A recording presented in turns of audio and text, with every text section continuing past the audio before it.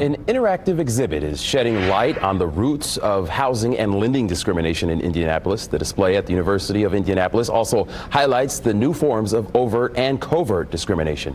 News 8's Malia Van Ostrand takes a look at how these practices have shaped current racial and economic divides. The homeownership gap is worse today for homeowners of color than it was when the Federal Fair Housing Act was passed in 1968. That's according to the Fair Housing Center of Central Indiana.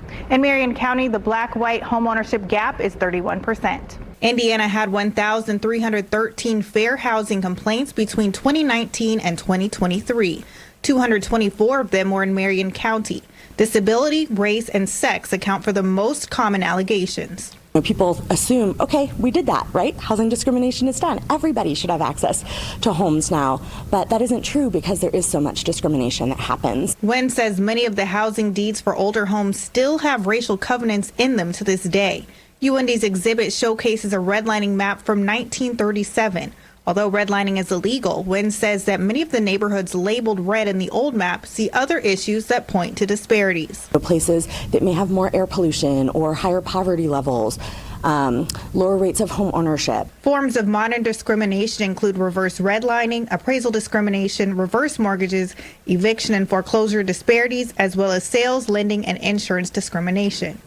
According to the Fair Housing Center of Central Indiana, Marion County evictions impact people of color and families with children most. There have definitely been examples of those here in Indianapolis, and so they talk about some of those.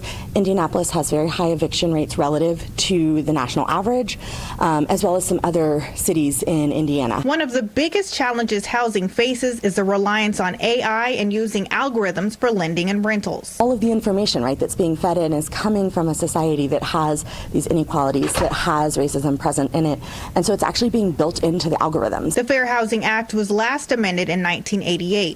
Wen says more protection should be added for LGBTQ families. It doesn't explicitly state sexuality, and so I think that it would be really helpful if we could expand those protections to be more inclusive. The exhibit will remain on display until September 26th with a discussion on housing discrimination with the Fair Housing Center of Central Indiana at the school's library on September 16th. I'm Malia Van Ostrand, Wish TV, wishtv.com, or follow us on Facebook for updates.